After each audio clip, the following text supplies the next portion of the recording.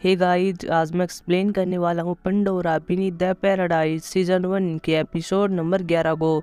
अगर आपने अभी तक पिछले एपिसोड नहीं देखे हैं तो प्लेलिस्ट का लिंक आपको डिस्क्रिप्शन में मिल जाएगा।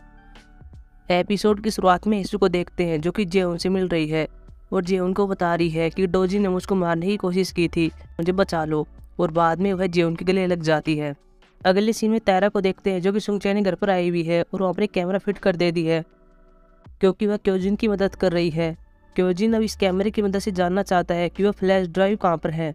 वहीं दूसरी ओर क्योजिन को भी देखते हैं जो कि देख रहा था कि कैमरा अच्छे से लग गया है। बाद में हम देखते हैं कि घर के अंदर सुंगचैन आता है और तारा यहाँ पर छिप जाती है, लेकिन यहाँ पर एक खिलौना होता है जो कि तारा की वजह से नीचे गिर जाता है।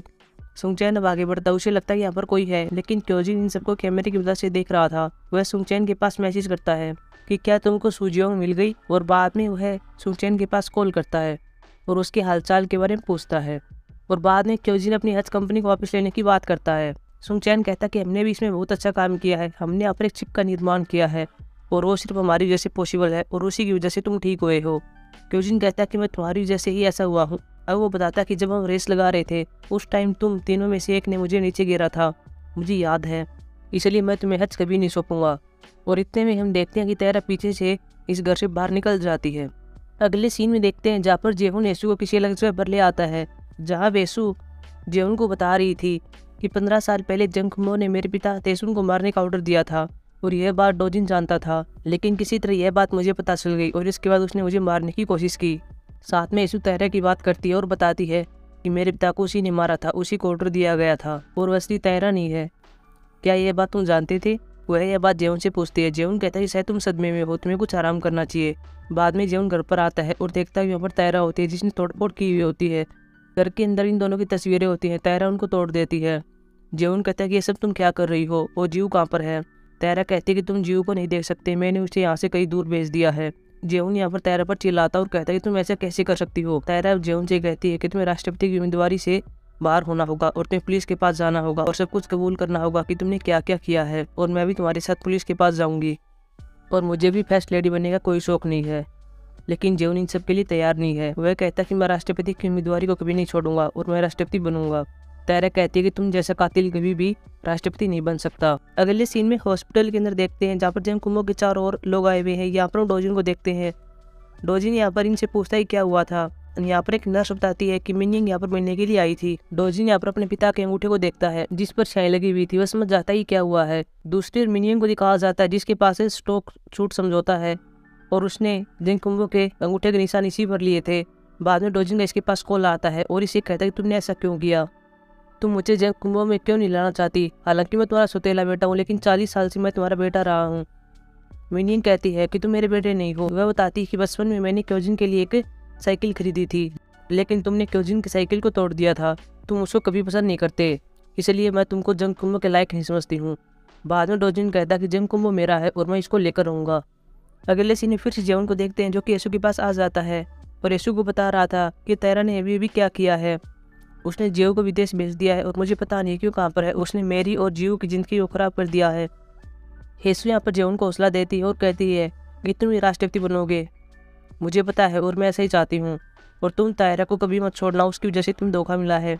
अगले सीन में देखते हैं जहाँ पर तारा के पास उसकी बेटी जीव की वीडियो कॉलिंग आई हुई है।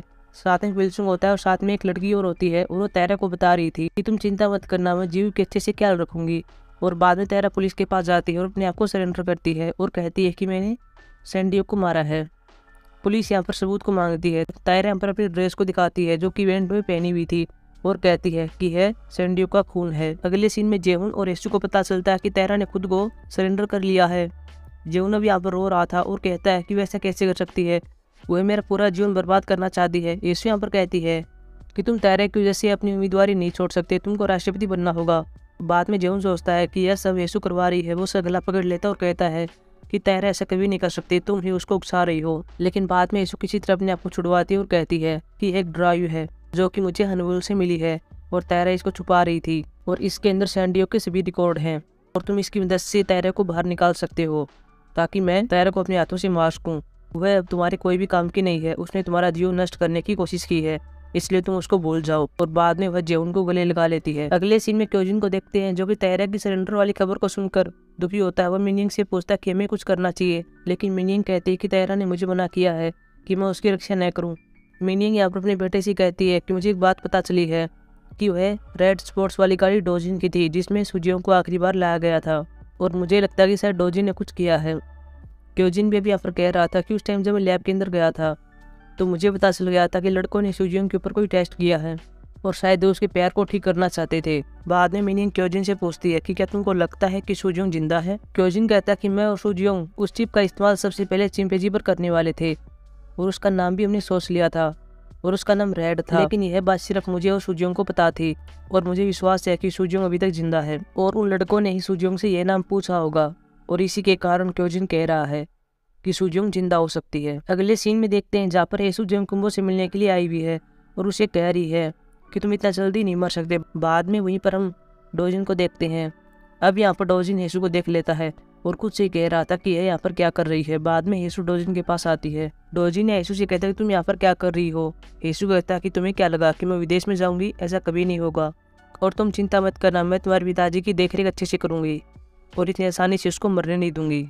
और ये कहकर वह यहाँ से चली जाती है। अगले सीन में देखते हैं जहाँ पर हेसु तायरा से मिलने के लिए आई हुई है। जब ये दोनों बात कर रहे थे तब हमें पता चलता है कि ये सब हेसु ने कहा था कि जेओ को विदेश भेज देना और तुम कबूल कर लेना कि सैंडियो को तुमने ही मारा है, और इसी वजह से तायरा ये सब कुछ कर रही है क्योंकि तायरा ने कह दिया था कि तुम जो भी कहोगी वही मैं करूँगी। अब यहाँ पर हेसु तायरा से कहती है कि मुझे पता है कि तुम्हारे भाई ने मेरे पिता को मारा था। तायरा अब कहती है कि उसने कुछ भी नहीं किया है, वह सिर्फ 10 साल का था, उसे नहीं पता था कि वह क्या कर रहा है और वैसे तुम्हारे पिता को मारने का ऑर्डर मुझको मिला था। तुम मेरे भाई के साथ कुछ भी मत करना। वह हेसु के पैरों में गिर जाती है। हेसु कहती है कि केवल मुझे ही पता है कि तुमने क्या किया है। बाद में हेसु कहती है कि हम दोनों को मिलकर उनको मारना होगा जिसने हमारे साथ ये सब कुछ किया है। साथ में हेसु कहती है कि मैं बहुत जल्दी तुमको बाहर निकालूंगी और जेउन इसमें हमारी मदद करने वाला है। अगले सीन में सुंगचैन को देखते हैं जो कि लड़के पर चिप का इस्तेमाल कर रहा होता है। वो उसके पैरों को ठीक करने की कोशिश करता है जो कि लकवाग्रस्त है, लेकिन किसी कारण से इसमें एरर आ जाती है और ऐसा नहीं हो पाता। आगे दिखाया जाता है जहाँ पर हेसु जेंकुम्बो के पास आई हुई है, लेकिन तभी यहाँ पर उसका बेटा लियो आ जाता है। हेसु कहती है कि तुम यहाँ पर किसके साथ आए हो। तभी हम देखते हैं कि यहाँ पर मिनिंग भी आ जाती है। बाद में मिनिंग हेसु से मिल रही है और उससे कहती है कि तायरा ने मुझको सब कुछ बता दिया है कि जेंकुम्बो ने क्या किया है। साथ में उसने मुझसे कहा है कि मैं तुम्हारा अच्छे से ख्याल रखूँ। तुम काफ़ी टाइम से ये सब कुछ सहन कर रही हो, तुमको बहुत ही कठिनाई हुई होगी। बाद में हेसु रोने लगती है। मिनिंग कहती है कि तुमको किसी भी चीज़ की जरूरत हो तो मुझे बता देना, मैं तुम्हारी हेल्प करूंगी। अगले सीन में उन सागबे को देखते हैं जो कि डॉक्टर से बात कर रहा था और उससे कह रहा था कि मैं विदेश से डॉक्टर बुलाऊंगा जो कि जेंकुम्बो का इलाज करेगा। साथ में यहाँ पर हेसु को देखते हैं जो कि इनकी बात को सुन रही थी। हेसु जेउन के पास कॉल करती है और कहती है कि तुम कहाँ पर हो। यहाँ पर उन सागबे सारी गड़बड़ कर रहा है। वह जेंकुम्बो को ठीक करना चाहता है और विदेश से एक डॉक्टर भी बुला रहा है। जेउन अब गाली दे रहा था और कह रहा था कि उन सागबे ऐसा क्यों कर रहा है और वह भी मुझे बिना बताए। अगले सीन में सुंगचैन को देखते हैं जो कि अपने घर पर होता है और अपनी इस चिप मिरर वाली बात को लेकर बहुत ज़्यादा परेशान होता है। वह यहाँ पर कबूल कर रहा था कि मैंने उस दिन क्योजिन के साथ वह गड़बड़ की थी, मैंने ही रस्सी को काटा था। अब हमें यहाँ पर फ्लैशबैक सीन में दिखा भी जाता है कि ऐसा ही हुआ था। क्योजिन भी यहाँ पर सब कुछ देख रहा था और कह रहा था कि मुझे पता है कि तुमने मेरे साथ ऐसा किया था। अगले सीन में देखते हैं जहाँ पर जेउन ग्यूताई से मिल रहा है, साथ में 2 आदमी और होते हैं। जेउन यहाँ पर ग्यूताई से कहता है कि मैं बहुत जल्दी राष्ट्रपति बनने वाला हूँ और तुम मेरे साथ काम करना, लेकिन उसके लिए तुम्हें एक काम करना होगा, तुमको तायरा को जेल से बाहर निकालना होगा। और ग्यूताई इसके लिए मान जाता है। आगे दिखाया जाता है जहाँ पर ग्यूताई पुलिस के पास आ जाता है, उन्हें एक फ्लैश ड्राइव देता है जिसके अंदर हम देखते हैं यून सागबे सैंडियोक से मिल रहा है, उसके साथ एक डील कर रहा है। और यह वीडियो उसी ड्राइव से मिली है जो कि हेसु ने जेउन को दिखाई थी कि हम इसकी वजह से तायरा को बचा सकते हैं। लेकिन यह वीडियो जो कि ड्राइव के अंदर होती है सच नहीं होती, क्योंकि हम जानते हैं कि यह मीटिंग जेउन ने सैंडियो के साथ की थी, लेकिन जेउन ने यहाँ पर इस वीडियो को एडिट कर दिया था और अपने चेहरे की जगह पर उन सागबे का चेहरा लगा दिया था। हमें यहाँ पर दिखा भी जाता है कि ऐसा ही हुआ था। और बाद में पुलिस वाले उन सागबे को उठा लेते हैं और यह वीडियो भी दिखाते हैं। उन सागबे यहाँ पर समझ जाता है कि मेरे साथ क्या हुआ है और बाद में उसकी पुलिस स्टेशन में डेथ हो जाती है। बाद में जेउन तायरा के पास आता है और उसे कहता है कि अब तुम यहाँ से बाहर आ सकती हो, लेकिन कुछ टाइम के लिए ही तायरा बनकर रह सकती हो। यानी कि वह तायरा को मारने की बात करता है। वह बताता है कि उन सागबे ने तुम्हारे लिए अपना बलिदान दे दिया है और उसकी यहाँ पर डेथ भी हो गई है। बाद में डोजिन के पास एक नर्स का कॉल आता है। वो उसे बता रही थी कि तुम्हारे पिता को छुट्टी दे दी गई है। डोजिन अब कह रहा था कि मैंने तो कोई भी छुट्टी नहीं दिलवाई थी, मेरे पिता को कौन ले गया है। वही हम दूसरी ओर हेसु को देखते हैं जो कि जेंकुम्बो को व्हीलचेयर पर ला रही होती है वह उसे डराने के लिए उसकी व्हीलचेयर को किनारे पर ले आती है, उसे पानी में डालने की धमकी देती है, लेकिन बाद में कहती है कि मैं इतना जल्दी तुमको नहीं मारूंगी, तुमको अभी जीना होगा। और बाद में हम देखते हैं कि वहीं पर जेउन तायरा को गाड़ी में लेकर आ जाता है और येसु भी यहीं पर जेन कुंभो को लेकर आ जाती है। अब यहाँ पर जेउन जेन कुंभो के पास जाता है और येसु तायरा के पास जाती है। तायरा और येसु यहाँ पर एक दूसरे पर मुस्कुराते हैं और बाद में एपिसोड समाप्त हो जाता है। सो गाइस, ये थी हमारी एक्सप्लेनेशन एपिसोड नंबर 11 की। अब हम मिलेंगे एपिसोड नंबर 12 की एक्सप्लेनेशन में। तब तक के लिए बाय।